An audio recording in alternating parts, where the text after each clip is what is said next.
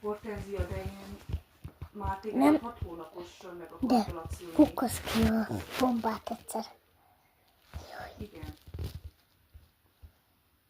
Most már le. én 6 hónapossal. Na, ez hülyeség az Evi, menj már ki. Hallod, olyan számos üvegetlen, szürke, gyöngén, mint a fű.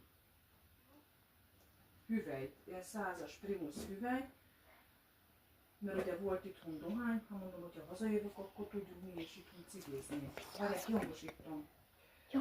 Aztán vettem egy 100-as hüvelyt, Már. azt megfeleztem a Daniba. Kérlek, De ez Levi. olyan, de szar. Nagyon gyenge. Egy már jó tudod, hogy a kis tokkal van. Mert ő meg vette egy cigit ott kaposba, mert én az enyémét leraktam neked, pár száz hiányzott belőle, talán 5, amíg ott voltam, cigiztem, mint egy árkémény. Ennyit nem volt el.